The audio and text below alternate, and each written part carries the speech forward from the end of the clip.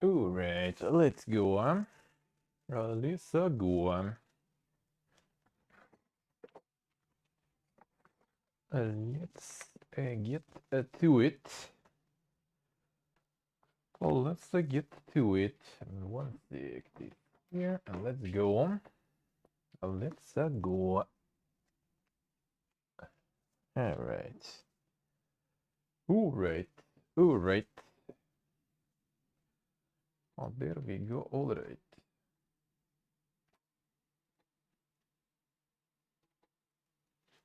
Alrighty. Oh, whoop. Oh, there we go. Let's go. Hey, Roman, hello. Merry Christmas to you too. Let's go. Alright. Get some coffee. We'll get some of them gaming long reads and stuff.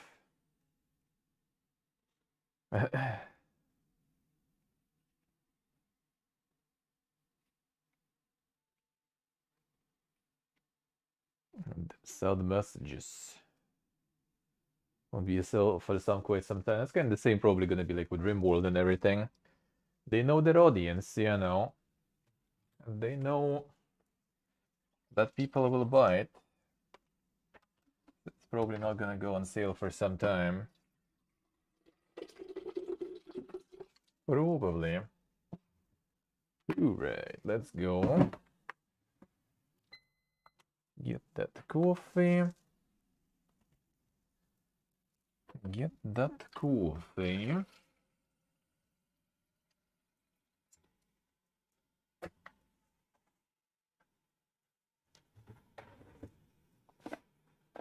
Can't wait 5 years, yeah.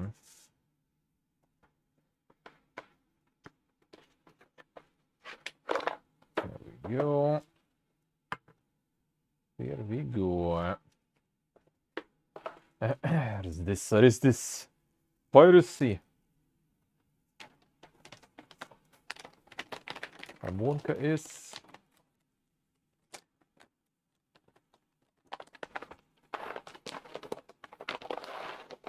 Call the police. Call the police.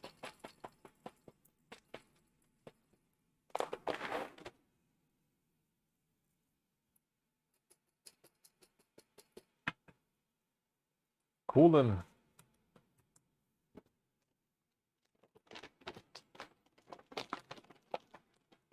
Alright.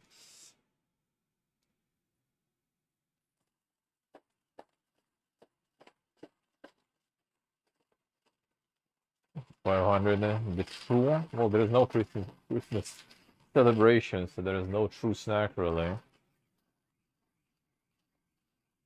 There are some like traditional ones, I guess, but no one celebrates Christmas, so I don't even know. Christmas got replaced. We only have New Year's now, and Christmas became fully religious holiday here.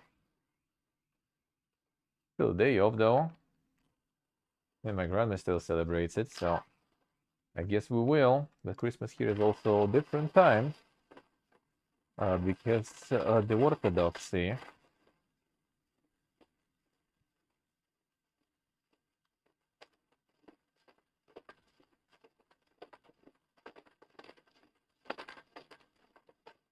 Olivier is New Year's stuff. Olivier is New Year's stuff. Especially modern Olivier. Modern Olivier was pretty much invented in Soviet Union. And Soviet Union is the one that removed Christmas, really, and replaced with New Year's. I guess it also kind of happened earlier, though. Stolichny, yeah. Hello, hello. Hello, sir. For New Year's, yeah, for New Year's, I would say it's the Olivier, but it's also not really traditional. It just kind of happens. That's it.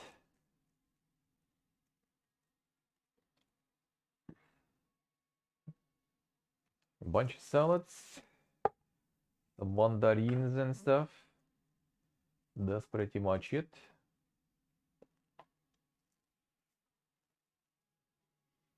For New Year's at least. Get some aspect probably. But that depends really. Merry Christmas, Love. Hello, man. How's it going? How are you doing?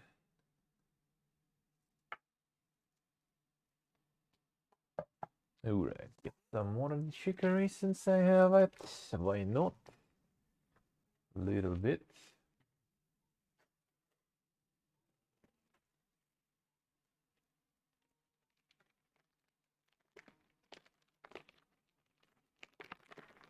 Spaghetti spider. What do you mean there?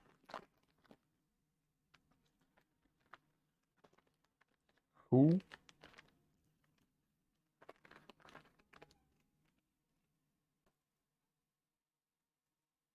And bug snacks. I see.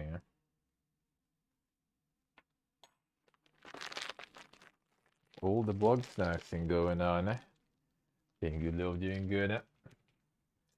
Chillin' indeed. Well, we do have some. Oh, come on, man. Don't drop there too. Bag is so PP again. Moment. No, actually. Get the water in first.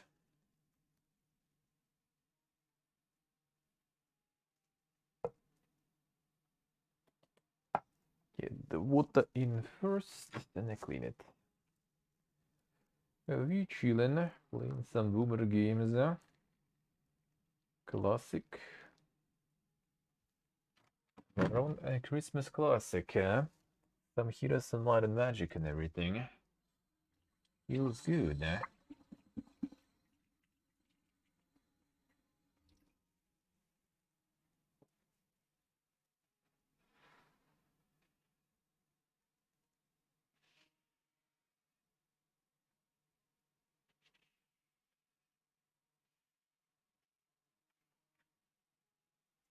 Go.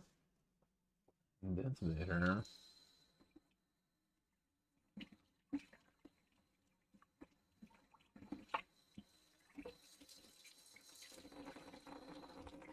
Alright, now we wait. First is turn. Practicing the suturing skills, then, son. On vacation.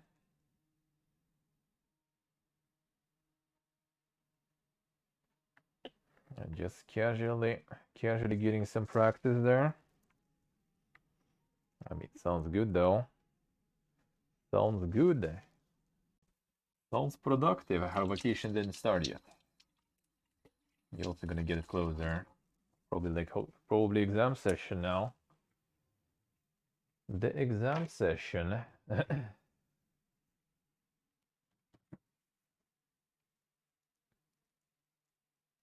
Bigusarmus. Are they really? I mean, I don't know. Regular stuff. Regular stuff.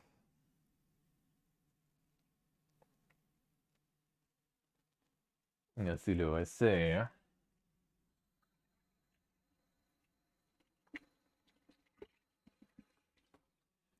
Classic then. Well, I mean, you're still probably gonna have some holidays though. Usually no exams on holidays, and then some exams after, and then freedom, or like between holidays even sometimes.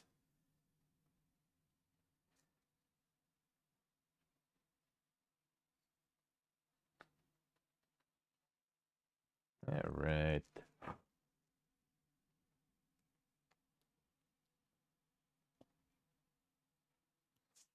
I got Gig Roma. Well, I mean, that's actually nothing crazy though. I think I have one on the finger. It just happens, especially when with you know, at the gamer life and everything. Your joints are not in a good spot, and you're just gonna have it once in a while. Not that big of a deal. When you're overworking yourself and stuff, that also might happen. It's mostly whatever though, just cosmetical stuff.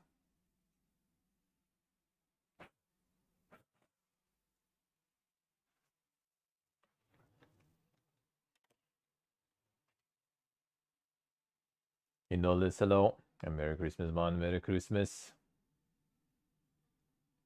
Oh, I see, though. I see. We are gonna be celebrating like Christmas and stuff in general.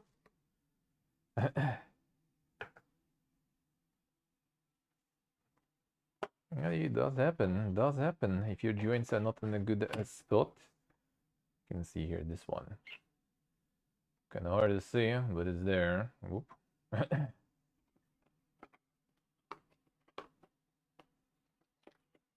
And that should be the one. You can remove those if you want, if they bother you.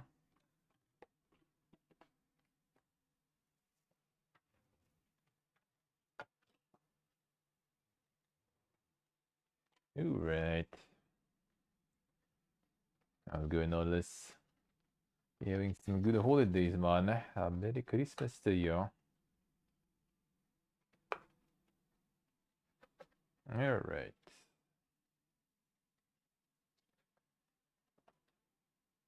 Yeah, limits the arm movement. Well, yeah, that's a bit more dink then. That's a bit more dink. Well, that has nothing to do with your arms being chopsticks, though. That's just joints. Just joints and overworking. If you do too much load on your joints, it's gonna happen. Yeah, no, yeah, that I know. That I know. On that we have the same, even though it's on 7th here, really. But I guess that's also kind of like who celebrates Eva and who celebrates what.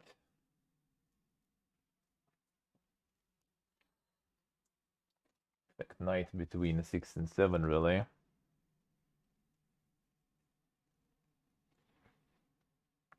And that just means you overdid them. That just means you overdid with the workout there. Then be careful with those joints. Not overloading them. Can tell you from experience now that there is nothing good. And later it's only gonna get worse. Trust me.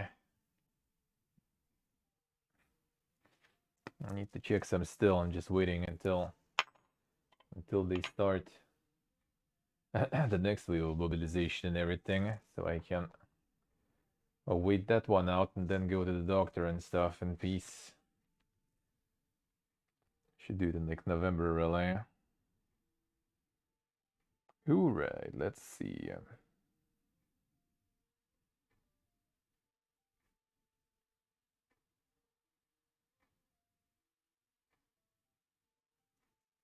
30 plus already? Yes, I am. This mobilization, dude. They don't care how old are you. And if you have Valiant billet or not, they get you.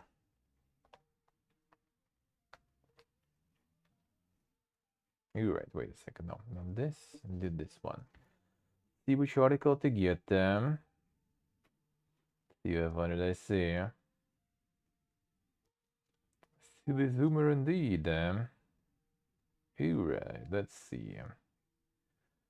Now what do we have?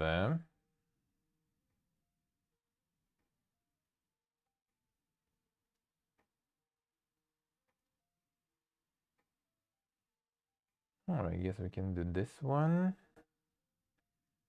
What else? There's something nice too. Alright, there was War Inspector stuff. We can do that. Well, let's start with that one. Let's do War Inspector then. And let's go. Let's go. April Crop, hello. Hey, the resolution would excuse to delay something. I mean, it kind of depends. It depends when you still gonna go for it or not. I don't see any difference really. If you prepare, that ain't gonna help you. That's for sure. But if you already kind of plan to do something, and you have some sort of a date for that, that might be not too bad. That might be not too bad. That was a good idea to plan my return to like the workout and stuff in October. The first start in October. Kind Because then the fucking mobilization started. And I realized that it's probably not the time yet to return. Unless I want to end up in, you know, in the ultimate gym. Where you get the ultimate workout. Potentially lethal one. That was a good idea in the end.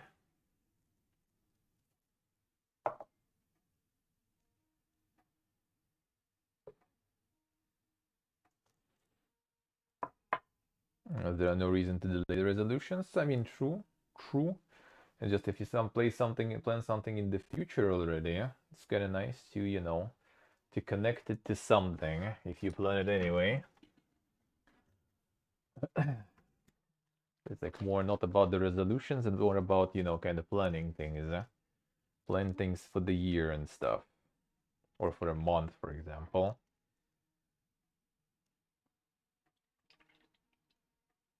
It doesn't have any magic to it, though. If you do it for a year or some shit.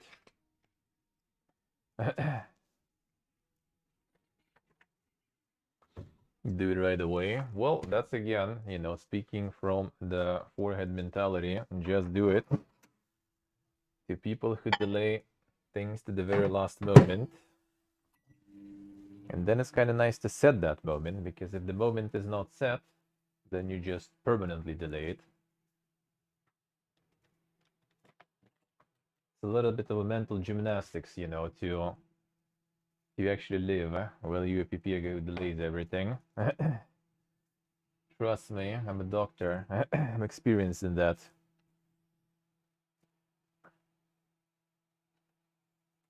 I'm experienced with that. It's easier to set something, to have some sort of, you know, a little bit of accountability in front of yourself, preferably in front of the others too. Because if there is no date, nothing set, then you're just gonna delay and procrastinate till the end of times. That's exactly why deadlines and stuff also sorta are working kind of help. Because, you know, there will be none. There will be no work done by many people. Me included, probably. Why do you need a deadline? Just, you know, sit down right now and do the work done, poof. Yeah, bro. But I need to play that video game. I need to go jerk it. I need to go for a walk. I need to make some food. Yeah, about some other time, man. And then you get a deadline.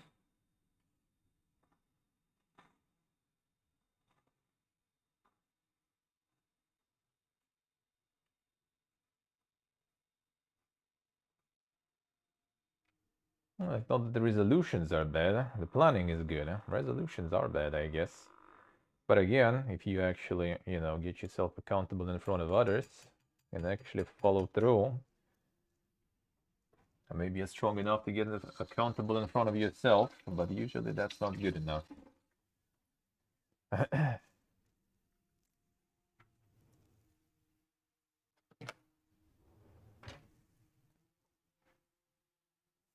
You stick with it. Yeah, that's exactly the case. That's exactly the case.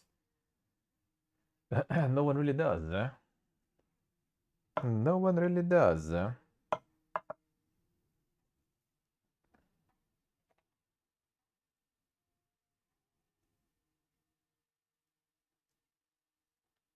right. I don't usually have any. Especially nowadays, can't do any resolutions when you don't know what happens tomorrow, then. Can go to sleep, you know, in one state of everything around, and then you wake up in a completely different one. Hello, Adrian, hello, and Merry Christmas to you too, man. How's it going? So now, no planning really much for me. Well, I mean, I did plan the game dev stuff at the end of January that I'm gonna try to stick with. Unless they're gonna, you know, drive me to the front lines or something. You probably will be able to see that. But that's the, you know, force majeure. I can't really control that.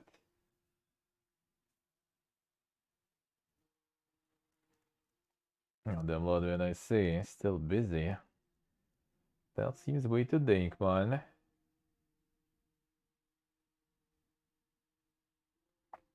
Being healthier for 2 months is better than not trying to do anything to improve at all. That's true, actually. That is also a good point. Even if someone is trying for a couple of weeks, that's better than not trying at all. Why not? What kind of coffee tool is this? Is AeroPress. This is the AeroPress. Now that's the one. And still, that's a good point. It's still nice to do at least like a couple of weeks of something good for your life, you know.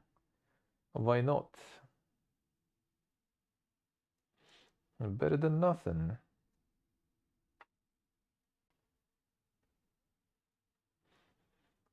I wish I would be the forehead just do it kind of person, though. That would be way better in my life.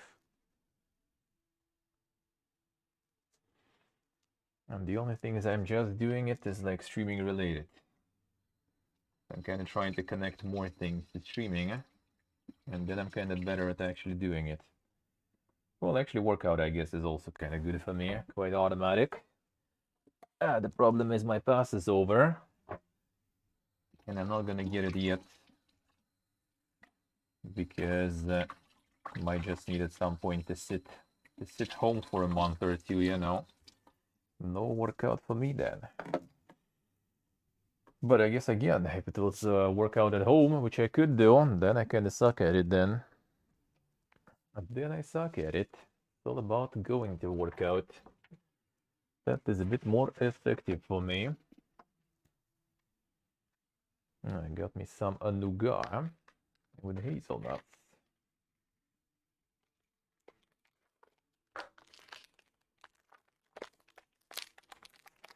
Workouts on stream. I was thinking about it, yeah. I was thinking about it, we'll see. Requires more setup stuff to do.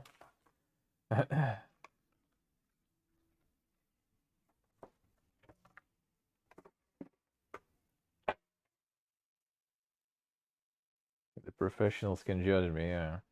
Exactly. Exactly.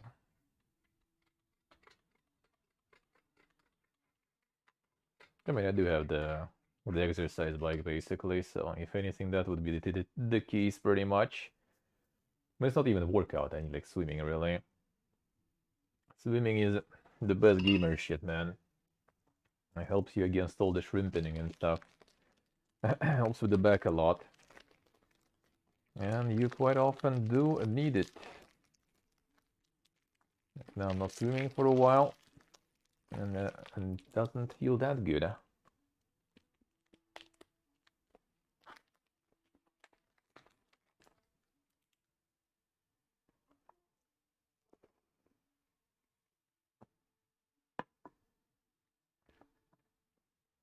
These two is there.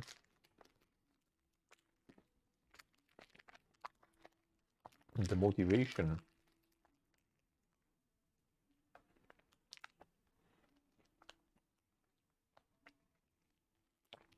Probably will be the exercise bike in my case.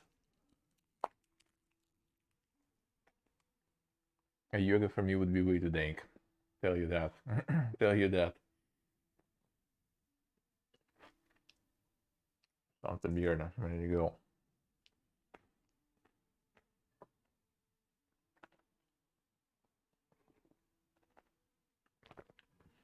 And the flexibility is on the wooden log level.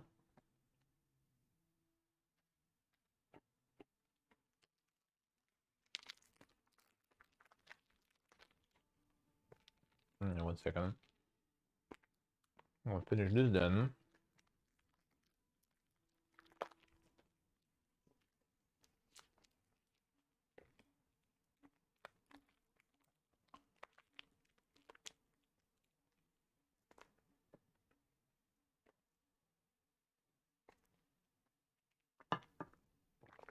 It's kind of like nuts chocolate bar.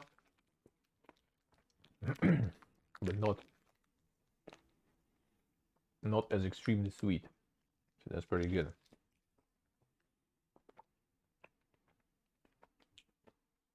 Usually those nougat bars are, like the nougat in them is insanely sweet.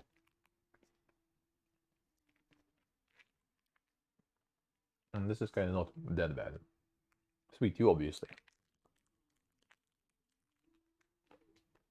This is a nougat bar.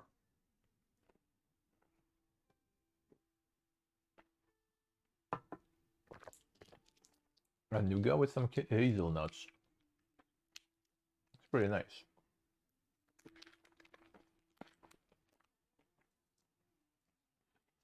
I'm almost done.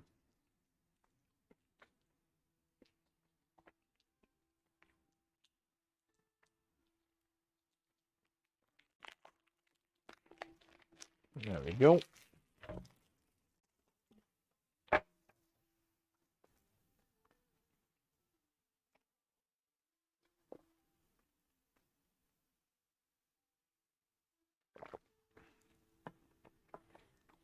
Let's do it over this here. Well, if you joined us sending you the message that obviously it might be better to do the swimming instead.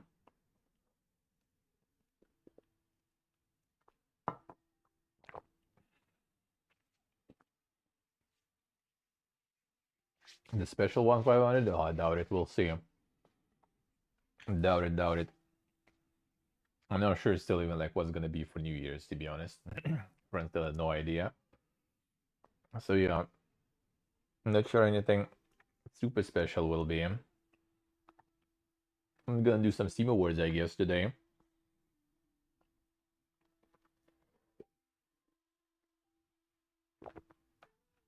The stream looking back.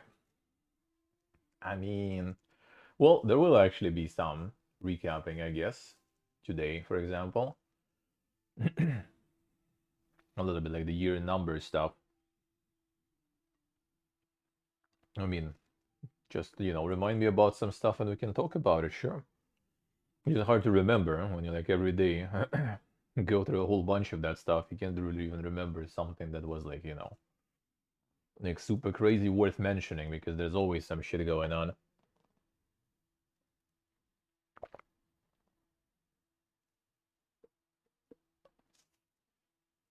There's just always something.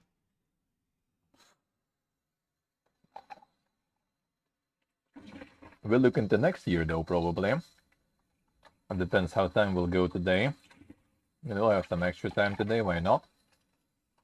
So we're gonna look into the next year. I can rather prefer that usually. I prefer looking in the future rather than checking the past. The whole Babylon's Fall situation. Well, that one we're gonna return when Babylon's Fall will actually die, which is already soon though. But yeah, it's kind of like looking more forward in the front. What awaits us? Because I also want to see what awaits me out of all the huge amount of games that is coming soon. All right.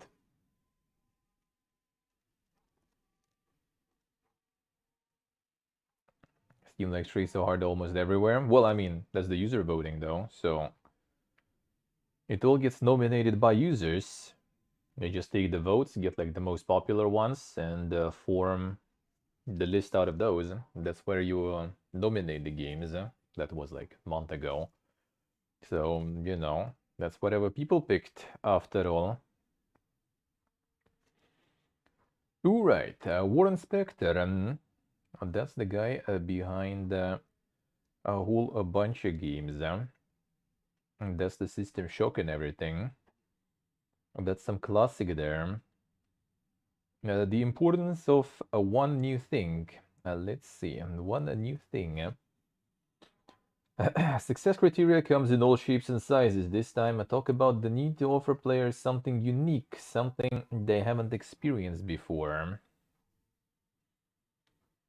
Last time I posted something here, talked about the first thing I think about when the word success comes to mind. Empowering players to tell their own stories and create their own unique experiences through play. That basically sums up the immersive simulation genre and the player-powered for me. This week is a little different, it's more personal and maybe even less generalizable, even to people working in the immersive sim genre. And that said, if you buy that I'm saying, what follows can apply to any game in any genre, or you'll just think I'm crazy, and you may be right in any event. Here's my second success criterion, one new thing. I need to find the first one. Actually, maybe we did. I don't remember.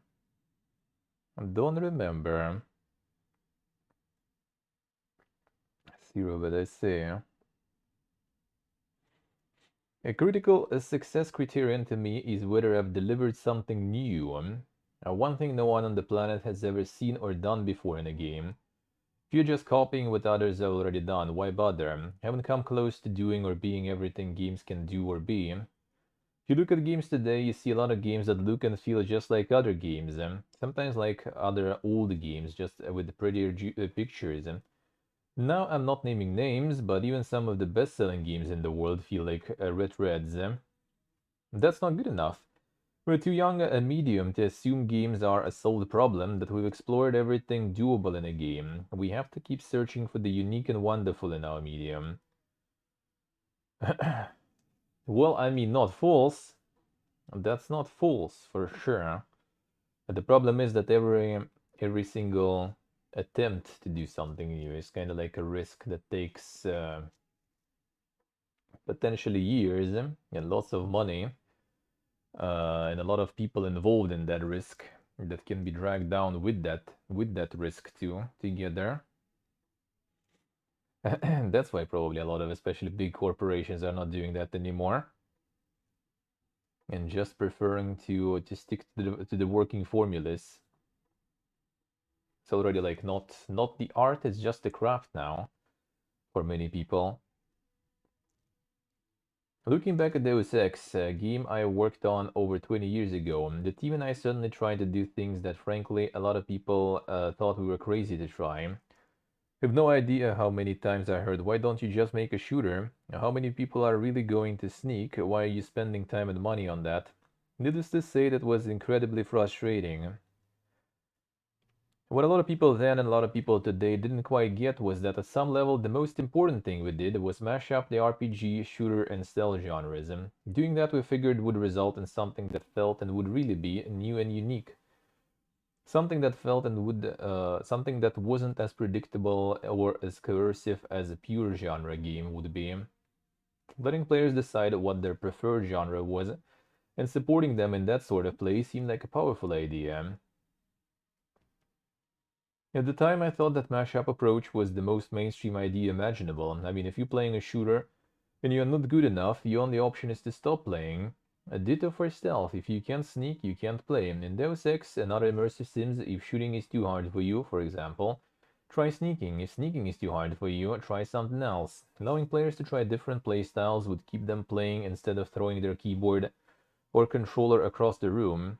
Kind of worked, at least I think it did, and lots of people commented and still comment on how the game tunes itself to the kind of experience you want it to have.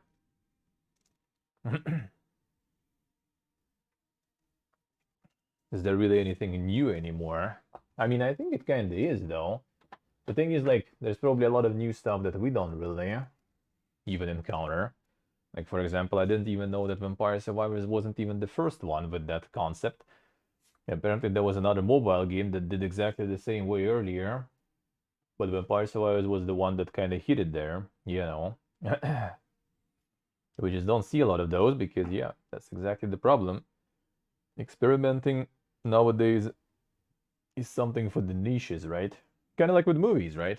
Like, you're gonna get all the cape shit, you're gonna get all the super blockbusters in the movies, and you want to see some, like, insane, like, you know, script writing, director work with actual director work and not CGI, right? For example, you go to some small, you know, like, I don't know, like some fucking back alley hidden underground movie club with a bunch of like fedora tipping dudes watching some art house movies. That's pretty much how it goes. Same we have nowadays, I guess. Like all the big industry is not really trying anything.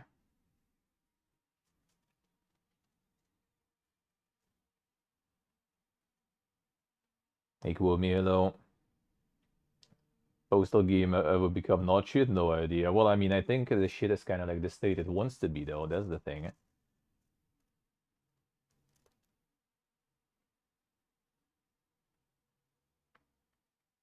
Well, I mean, this game does this interview doesn't or article doesn't go about the dynamic difficulties. I don't think it does anything with difficulty actually. It just says that, you know, some genres and what they tried to do and what they did in Deus Ex allows you to just pick the approach where you're actually not that bad with. You just have more options, not different difficulties, eh? Another thing that set Deus Ex apart, another new thing, was the idea of a simulation-driven, problems not puzzles approach. We want to take the idea of shared authorship further than anyone had ever done before. We wanted players solving problems the way they wanted to, not the way the team and I wanted them to. That ensured that each player could create his or her own unique story and experience. Those were really the most important things Deus Ex did, that they were new and different, combining things in new ways and giving players a level of empowerment, which, if I can brag on, the Deus Ex team no one had seen before. Let me give you another example. Disney Epic Mickey had one new thing too. That one new thing was our core paint and thinner mechanic. We let players decide when or even if they wanted to paint or erase things in the world. Created a dynamic world where you could not only destroy things, something a few other games had done before, but also restore them, something no other game I could think of had done. And the consequences of your choice really made a difference in how your game played out. So give players one new thing. I don't care if you're making a My Little Pony game, you can come up with something. Players will thank you and you'll be advancing the state of our art a bit. That's it for this week. Next up, walking in someone else's shoes. I'll see. Well, I mean, what this one kind of like, this one that actually like touches a good topic here, I guess, in a way, is that mixing genres. That's, I think, what people are trying nowadays more. That's probably like where kind of like most of the innovation nowadays kind of come from. And just like slap one genre on top of another, see how they work. Sometimes it works kind of not very good though. Sometimes it doesn't. Oh, there we go. Yeah, let's do this one today since, 1 second, I'm gonna edit this. So I remember that we already went through this one. We already have quite a lot of articles. I'm marking them, which we already went through. There we go.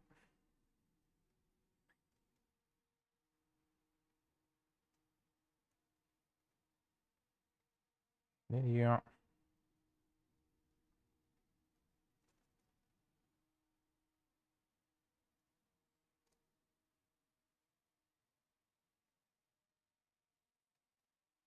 What did you do?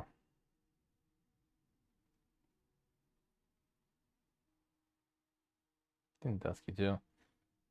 Whatever. Fine. Actually, wait a second now. Can I fix it? Can I fix it?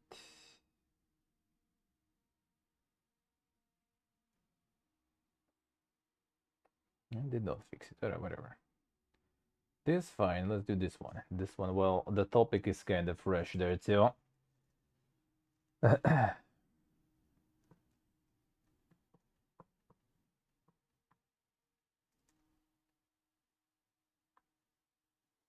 Mix them in the way that hasn't been done before.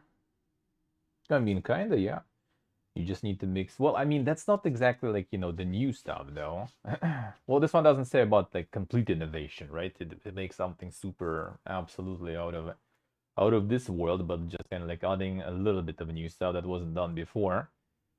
I guess that happens a little bit more often, but still kind of rare though. I would say still kind of rare. Like genres combining and everything, I don't even... Well, I mean, that gives people something new though, that's for sure. Because yeah, technically, like Deus Ex didn't really do much things completely new, right? Like they just like merged shooting with the stealth action and with RPG, which nowadays like RPG mechanics are in every genre now already. I think they just like shove them everywhere, wherever you can. RPG is there. Stealth is also like being added almost everywhere nowadays. No, not almost everywhere, but quite often, I guess. So it does like get a lot of those mashups and everything, but they're not even like that new though. So you either need to like come up with some dink mixture. And also it should be like complete mixture, right? Like Cult of the Lamb, for example, it is a mixture of genres, right? But genres exist on different levels. Like the top-down action stuff is like one part of the game, the management is another part of the game. They don't really like overlap too much, right? Like you do two things separately. They don't affect each other. So that's not exactly the case. Same with like Empire of Sin, for example, right? Like the management layer is one thing, and then like the combat is completely another thing. They don't really overlap too much either. Gear levels, crafting, and 10 types of currency. No, I mean that not always though. That's more some for online games, really. If anything, crafting, yeah, crafting is also like almost everywhere nowadays. That is true. That is true. Which I don't think is even like that crazy good of a thing, honestly, to add everywhere. Because like stealth at least is kind of optional thing, for example, or well, like stealth or like shooting or something like this. That's usually just one way to play the game. And crafting and other stuff is just the layer on top of the game that you can't really avoid. It's gonna be there. Well, unless you can like just completely ignore crafting and still kind of stay, you know, strong and everything without losing much, then it's fine, I guess. Yeah, it's just another layer of stuff you need to do that you kind of don't really want to do. It kind of depends though. Like if it's like, for example, embedded in the process, like you just kill mobs and on the way like get a little bit of stuff and you can craft something out of it, that's fine. We need to go out of your way, go to some field, collect some flowers there or some shit. That's annoying. And then you use it for something like crafting some potions that you end up never fucking using. And saving all of them because you don't want to craft more of them.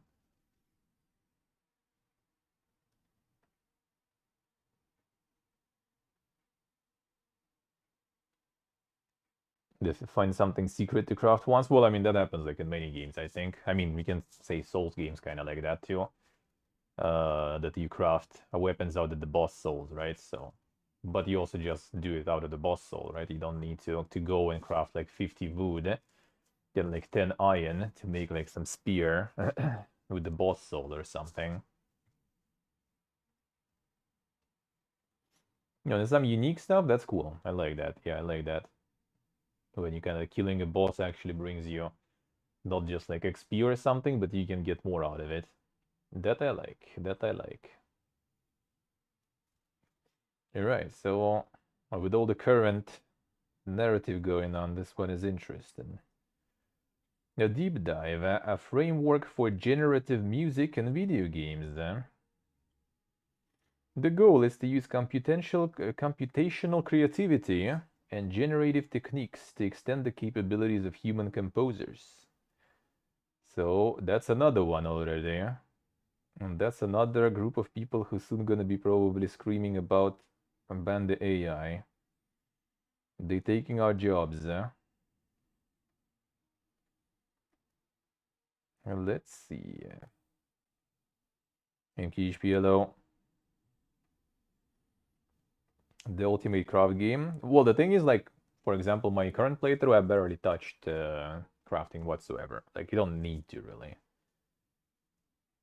Like, if you don't want to, you just do other stuff. farm money, for example, and just buy what others craft. That's fine. That's actually kind of cool because that kind of, you know, makes the economy more like dynamic and everything. That's pretty good, eh? The mulled wine cooking stream will say, I don't really drink that stuff, so not sure about that. Not sure about that. Maybe one day, if it's in one of those, yeah, the gaming cookbooks, maybe we'll get there. Maybe we'll get there. Well, let's see. The elevator pitch. Imagine if game music responded to your actions just as much as the other parts of the game. In the Mass Effect games, different stories, abilities, and visual aesthetics occur based on whether the player follows the Paragon or Renegade actions, which evolve over the course of the game. What if the music also did this? What if in Slay the Spire, a Frost deck had a frostier music than a Lightning deck? What if the music in the latest Far Cry was more subtle and stealthy if you spend your time sneaking around bases, and more bombastic and aggressive if you are a guns blazing sort of player? We can keep letting our imagination run. It's easy to keep coming up with hypothetical ways that music could respond and match a game. This is actually very common in games on a basic level. Adaptive, sometimes called interactive music, is music that responds to the game. One of the first studies that, first studies that we did in this research looked at adaptive music and found that players perceive when the music matches the gameplay, and they appreciate it. In other words, music matters. The issue with adaptive music is that writing and designing adaptive music requires additional work, and the amount of work required can increase exponentially with more complex musical adaptivity. Adaptive music is widely used in the game industry, but tends to be quite rudimentary, and for this reason, generative music uses automated systems to create all or part of a musical score, and we investigate using generative music to assist in creating a highly adaptive musical score. We present a generic framework for using generative music in games that integrates into any game's adaptive music and can be applied in a wide variety of musical and game genres. The slightly longer pitch. Alright, let's see. Okay, I see it. That just explains the situations. We got it. So whatever happens, music adapts to what's happening. I see. So the way Peach mentions what I've just described is called adaptive music, or sometimes interactive or dynamic music. The basic idea, music that changes based on gameplay. Alright, low already. Good luck, man. Good luck. Enjoy the lurk. The iMuse system used in all the LucasArts adventure games shifted the music based on environment. You go from the docks to a kitchen, and the instrumentation and style of the music changed to characterize new location. iMuse was so cool because it could have really smooth and musical transitions. Adaptive music is common in the games industry, but also pretty rudimentary. One major example is the Mass Effect games, where the music adds layers as the combat gets more intense. There are a lot of enemies, the music is more bombastic and full. There are only one or two enemies left, the music is much more subdued.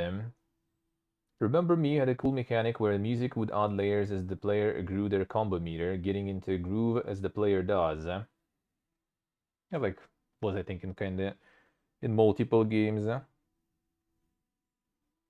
Still I say, time to be productive. True. Do it, do it.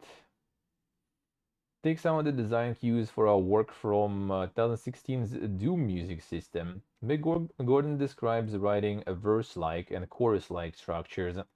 The game music selects instruments to jam together within each verse or chorus, and the game switches between verses and choruses based on the intensity of the fight. Given how easy it is to think of cool and exciting ways to use adaptive music, and given that we already have the tools to make adaptive music, a good question is, why isn't adaptive music everywhere? Well, we see games with highly adaptive scores where the music is just as unique to your game as the route that you took through the map for your build, or how you approach each encounter, or which vegetables on your Stardew Valley farm, or which dream daddy you're dating. It was easy to imagine a cool XCOM example, so why doesn't the game music do that?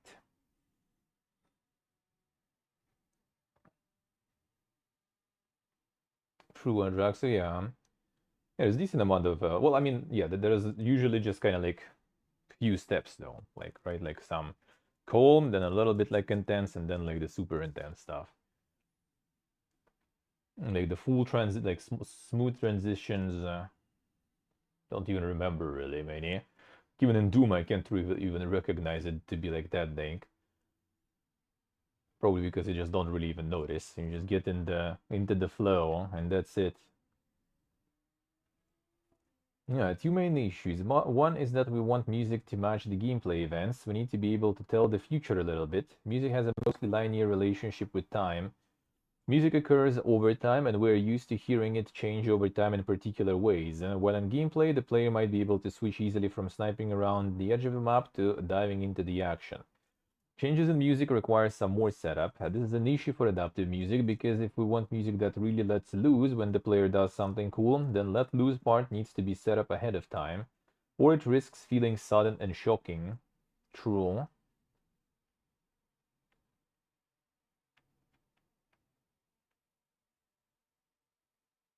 Yes, yes, I see.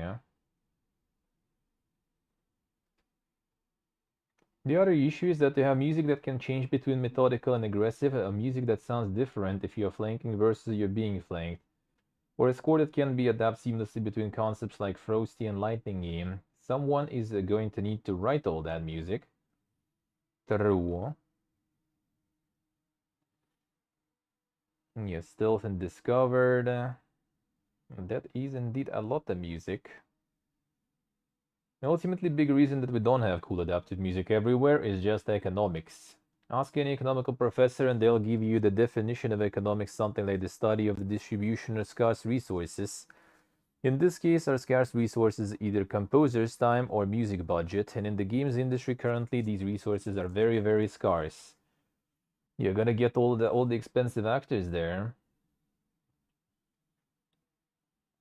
You had to decide between a 2-minute loop of music that would perfectly match the gameplay of a tight combat system and play under every battle, or 6 different 5-minute battle themes that you could use for different combat scenarios. Which would you choose?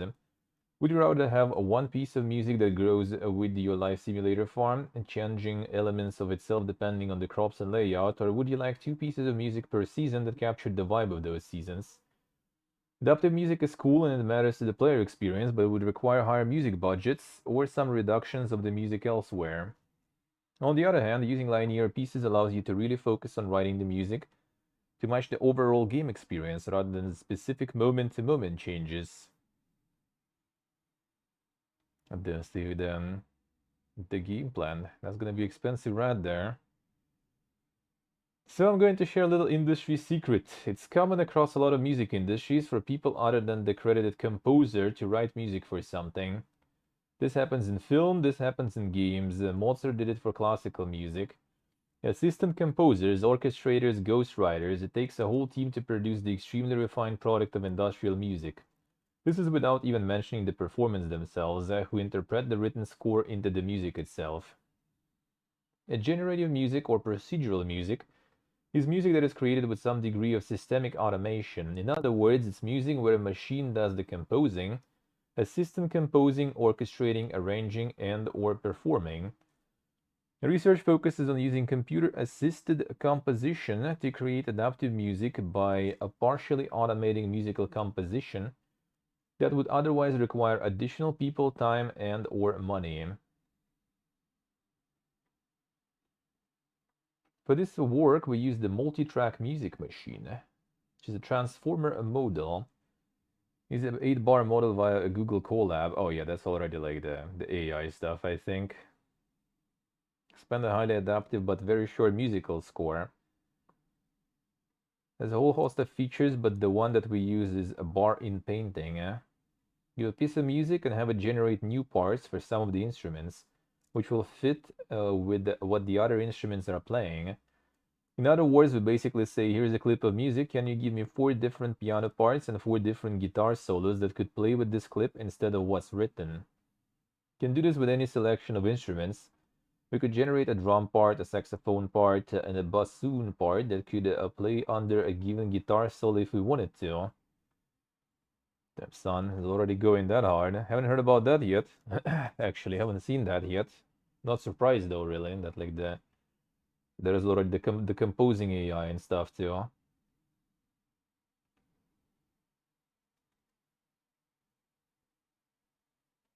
Let's see. Compose our score to adapt to match an incoming emotion. We use a three-dimensional valence, arousal, tension, or VAT model of emotion.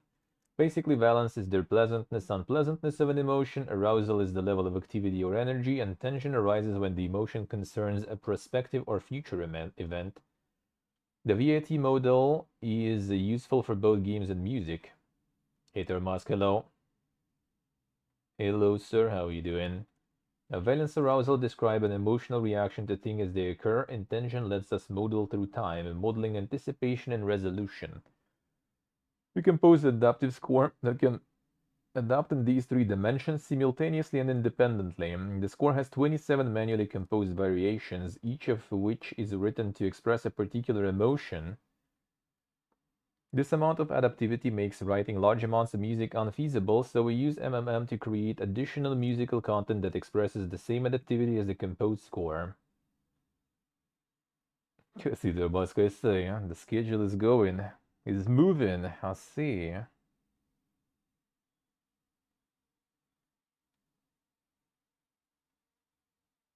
Alright, there is already like a survey of generative music.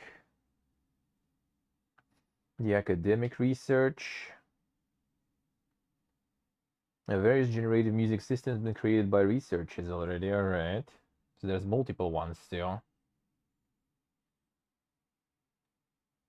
A new music generation algorithm that can generate music in real time to match an input emotion.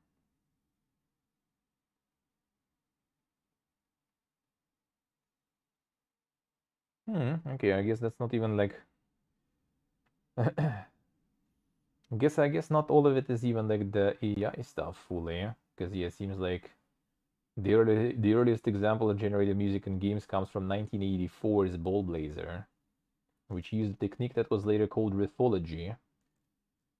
The game generates a few riff variations on the provided score by removing or altering some of the notes and then stitches together these riffs into longer musical phrases along with matching accompaniment.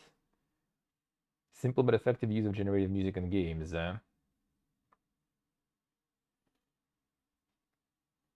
These approaches can also be used with adaptive music. No Man's Sky, for example, generates music by arranging together musical fragments. And the library of fragments is based on what environment the player is in. Basically, the composition and performance are done by humans offline. During gameplay, the system can rearrange these composed elements based on what is happening in the game. The copyright? Nah, actually not really.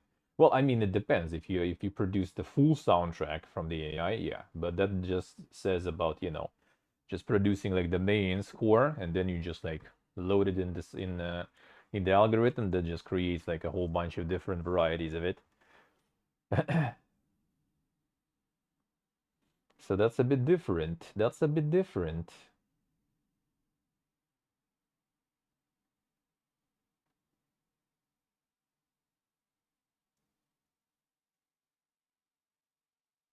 A bit of a different story, and apparently that already is being done for a while. I guess it just kind of like comes down to the fact that AI nowadays can make it way easier than it was before, in 1984, for example.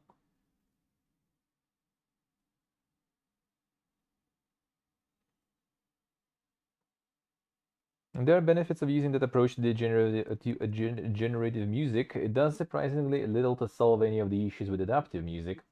Music team still has to manually write and perform all the possible musical elements. In order to write music that fits together regardless of arrangement, composers are limited in their overall expressive range.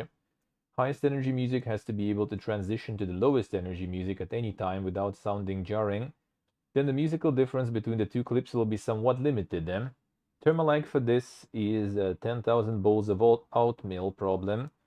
Generative methods can often give you endless amounts of stuff that is not very interesting. True. Yeah. No, it wasn't AI generative, but yeah, it was generative though. Alright, academic approach. Let's see, that's like a huge article here. Holy shit.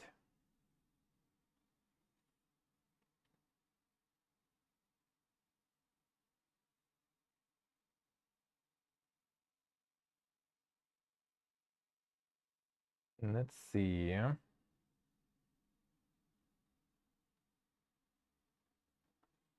Yeah, so now it goes to the AI. So literally load the file. Select the number of bars, number of instruments.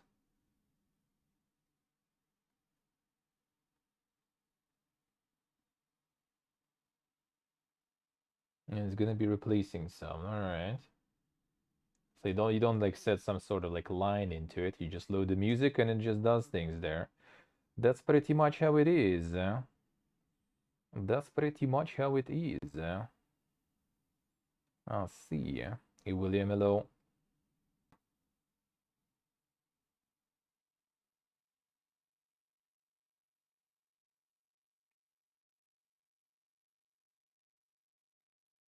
Yeah, they go like ham with this one. Holy shit.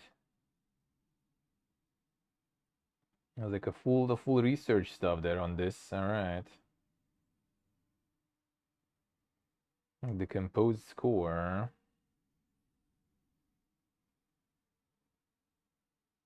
A music-focused middleware problem. All right. So it literally just describes like a whole process, pretty much what you can do here.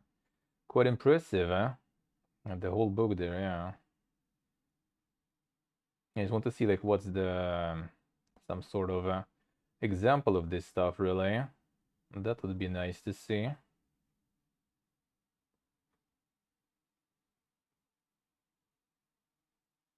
That would be interesting to see.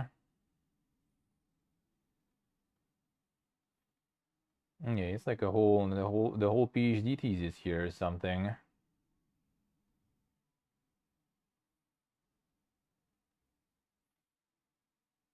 Yeah, they have. The game is called Galactic Defense. Action RPG with light run-based mechanics. The game was created as a research platform, I see. Some additional requirements. So it's just basically they made stuff for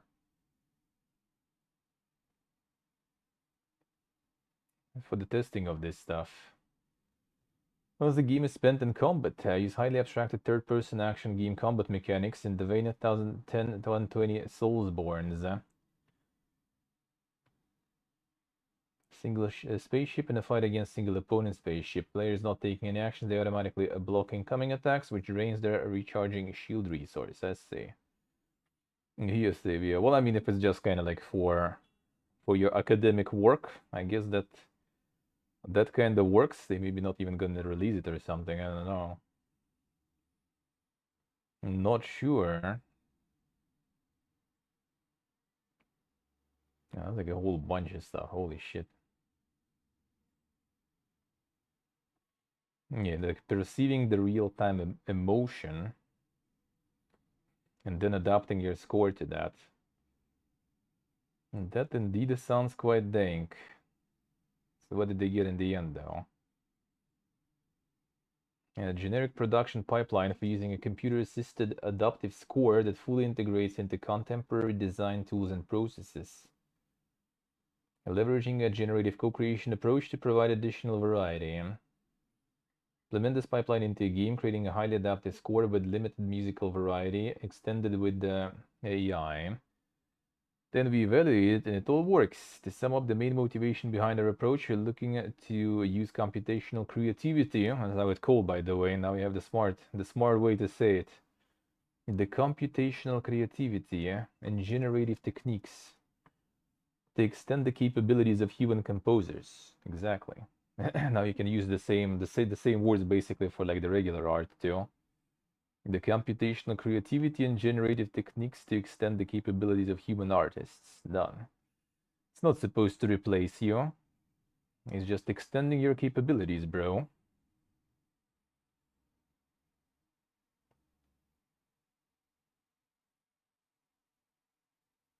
While our approach can be used to extend the human composer's abilities, it does not necessarily remove any and may add the design work. With sufficient advancement in technology, the approaches from academia could theoretically have all of the advantages of our approach while reducing the work required to use it to almost nothing. Because our approach extends human design, we cannot replace it.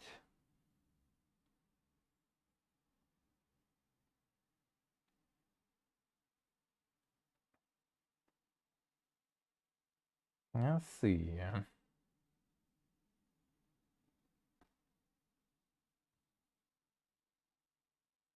co-creative and computer-assisted composition. Another broader term for this is a mixed initiative. And these systems are on the rise in a range of areas.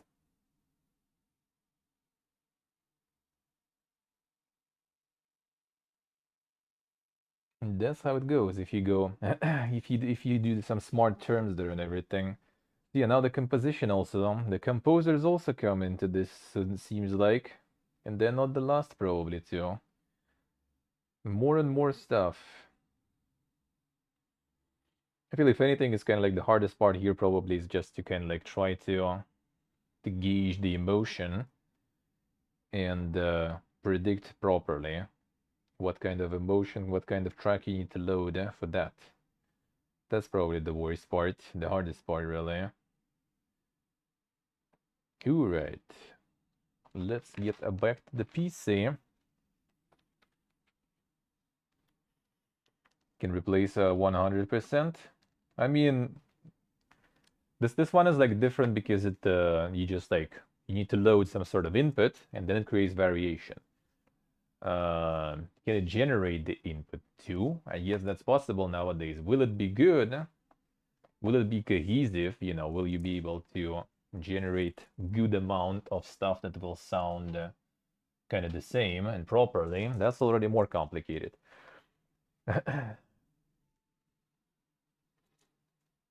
I think for some smaller projects and everything, some like roguelikes or something, for example, I think that might be kind of doable with generative stuff. Yeah.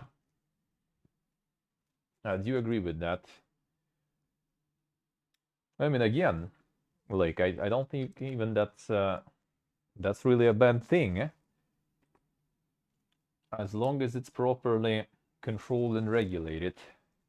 Because again, that's something that would benefit, for example, the smaller studios, the indie devs and everything by a lot. Same with kind of like art, same with other stuff. Especially since like, I don't know, like art, you can kind of replace with like assets, for example, right? Music, I guess you can get some copyright-free music and stuff, but the problem with copyright-free music is kind of like tricky to use. Because the music DMCA is already way more developed and way worse than any other kind of DMCA, right? So that's the example of the game I was doing on one of the first Look Fridays, one of the demos, when it was like a bunch of copyright-free music being used, right? And that's fine in the game. Like, dude got the rights to use it in the game, for example. Or like he's fine with that. He already can use it, no problems, in his game. They allowed him to.